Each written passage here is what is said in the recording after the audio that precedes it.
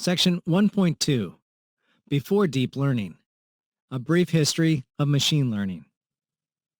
Deep learning has reached a level of public attention and industry investment never before seen in the history of AI. But it isn't the first successful form of machine learning. It's safe to say that most of the machine learning algorithms used in the industry today aren't deep learning algorithms. Deep learning isn't always the right tool for the job. Sometimes there isn't enough data for deep learning to be applicable, and sometimes the problem is better solved by a different algorithm.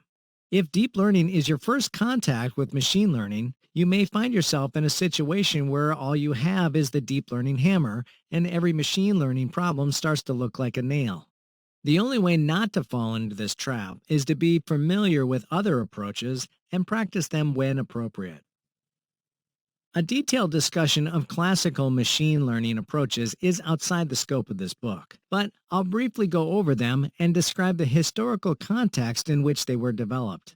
This will allow us to place deep learning in the broader context of machine learning and better understand where deep learning comes from and why it matters.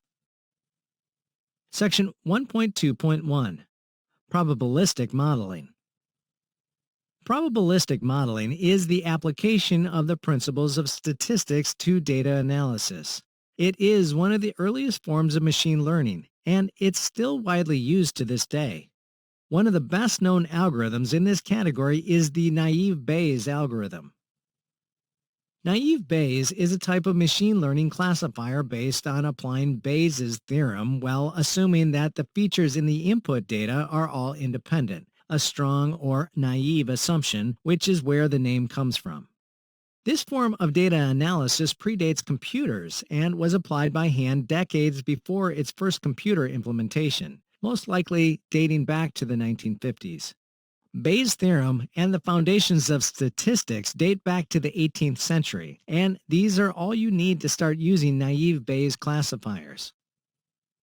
A closely related model is logistic regression, logreg for short, which is sometimes considered to be the hello world of modern machine learning. Don't be misled by its name. Logreg is a classification algorithm rather than a regression algorithm. Much like naive Bayes, logreg predates computing by a long time, yet it's still useful to this day, thanks to its simple and versatile nature. It's often the first thing a data scientist will try on a dataset to get a feel for the classification task at hand. Section 1.2.2, Early Neural Networks. Early iteration of neural networks have been completely supplanted by the modern variants covered in these pages, but it's helpful to be aware of how deep learning originated. Although the core ideas of neural networks were investigated in toy forms as early as the 1950s, the approach took decades to get started. For a long time, the missing piece was an efficient way to train large neural networks. This changed in the mid-1980s, when multiple people independently rediscovered the backpropagation algorithm, a way to train chains of parametric operations using gradient descent optimization. We'll precisely define these concepts later in the book, and started applying it to neural networks. The first successful practical application of neural nets came in 1989 from Bell Labs, when Yann LeCun combined the earlier ideas of convolutional neural networks and backpropagation, and applied them to the problem of classifying handwritten digits. The resulting network, dubbed LeNet, was used by the United States Postal Service in the 1990s to automate the reading of zip codes on mail envelopes. Section 1.2.3, Kernel Methods. As neural networks started to gain some respect among researchers in the 1990s, thanks to its first success, a new approach to machine learning rose to fame and quickly sent neural nets back to oblivion. Kernel methods. Kernel methods are a group of classification algorithms, the best known of which is the support vector machine, or SVM. The modern formulation of an SVM was developed by Vladimir Vapnik and Corina Cortez in the early 1990s at Bell Labs and published in 1995, although an older linear formulation was published by Vapnik and Alexei Chervonenkis as early as 1963. Footnote 3. Vladimir Vapnik and Corina Cortez, Support Vector Networks. Machine Learning 20, number 3, from 1995, 273 through 297. Footnote 4. Vladimir Vapnik and Alexei Chervonenkes. A note on one class of perceptrons. Automation and Remote Control 20, from 1964. SVM is a classification algorithm that works by finding decision boundaries separating two classes. See Figure 1.10. SVMs proceed to find these boundaries in two steps. 1. The data is mapped to a new high-dimensional representation where the decision boundary can be expressed as a hyperplane. If the data was two-dimensional, as in Figure 1.10, a hyperplane would be a straight line. 2. A good decision boundary, a separation hyperplane, is computed by trying to maximize the distance between the hyperplane and the closest data points from each class, a step called maximizing the margin. This allows the boundary to generalize well to new samples outside of the training dataset. The technique of mapping data to a high-dimensional representation where a classification problem becomes simpler may look good on paper, but in practice it's often computationally intractable. That's where the kernel trick comes in, the key idea that kernel methods are named after.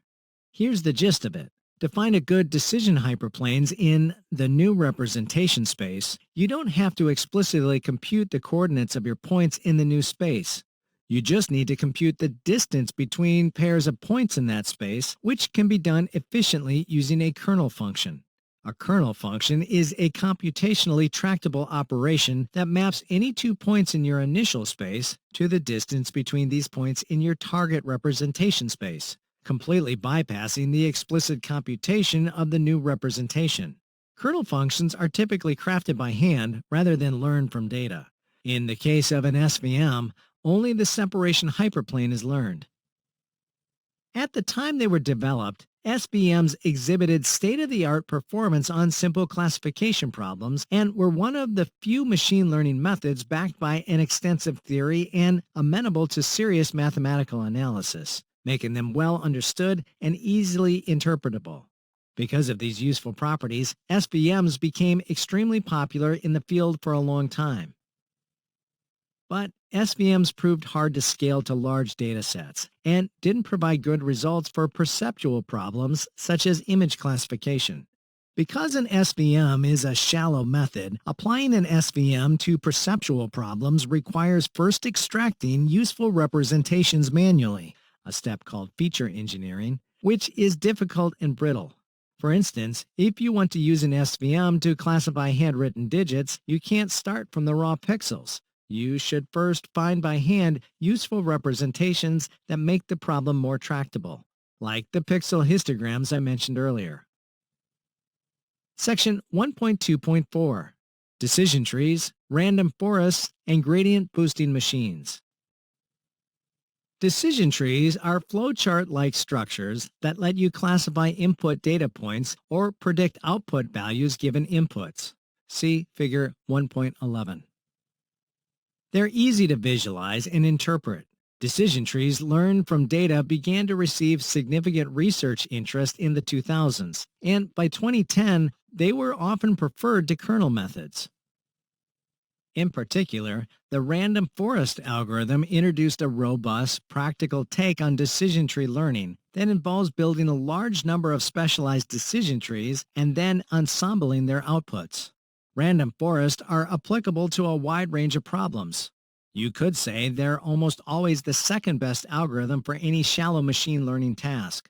When the popular machine learning competition website Kaggle, found at kaggle.com, got started in 2010, Random Forest quickly became a favorite on the platform, until 2014 when gradient boosting machines took over.